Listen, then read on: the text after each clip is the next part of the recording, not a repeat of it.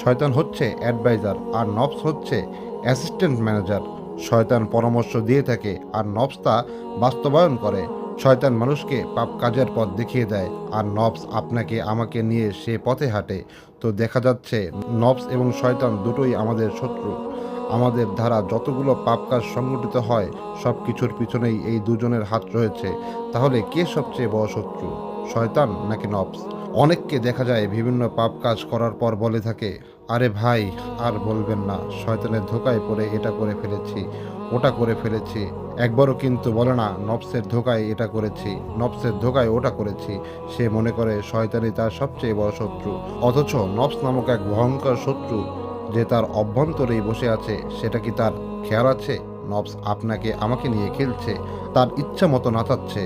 আর আজ আপনি আমি ভাবছি শয়তানই সবচেয়ে বড় শত্রু। নফস আবার কিসের শত্রু? আচ্ছা বলুন তো, শুধুমাত্র শয়তান যদি আমাদেরকে গোমরা করে তো শয়তানকে গোমরা করছে কে? শয়তান যদি আমাদেরকে পথভ্রষ্ট করে তো শয়তানকে পথভ্রষ্ট করলো কে? শয়তানের পূর্বে তো কোনো শয়তান ছিল না, তাহলে শয়তানকে দিগ্ভ্রান্ত করলো কে? শয়তানকে দিগ্ভ্রান্ত করেছে তার নফস। নফস তাকে অহংকারী বানিয়েছে, নফস তাকে উদ্যত করেছে, নফস তাকে দিশেহারা করেছে, নফস তাকে পথভ্রষ্ট করেছে। এত সত্ত্বেও কেন আজ নফসের ব্যাপারে আমরা এত উদাসীন? ইবলিস অনেক ইবাদত গুজারি ছিল। সে পথভ্রষ্ট হওয়ার আগে এত বেশি ইবাদত বন্দেগী করেছে, তার সেই ইবাদতের সাথে আমাদের ইবাদতের তুলনা করলে নিজের ইবাদতকে খুবই স্বল্প মনে হবে। এত সত্ত্বেও নফস কিন্তু তাকে দিগ্ভ্রান্ত করে দিয়েছে।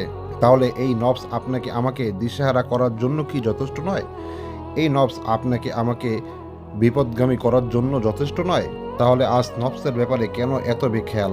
আরে পাপ কাজের চিন্তা চেতনা লালন করে এই নফস, পাপ কাজ সম্পাদন করে এই নফস, পাপ কাজের পরিকল্পনা করে এই নফস। আর শয়তান, শয়তান তো কেবল পরামর্শ দেয়, পথ দেখিয়ে দেয়। এজন্যই তো হাসরের ময়দানে শয়তান বলবে, আমার কি দোষ, আমি তো তোর হাত ধরে গুনাহ করাইনি, আমি তো কেবল রাস্তা দেখিয়েছি, বাকি সব তো তুই নিজেই করেছিস। শয়তান যদিও এই কথা বলবে, তবুও সে অপরাধী। যাই হোক, যেটা বলছিলাম, শয়তান আমাদের বড় শত্রু নাকি নফস?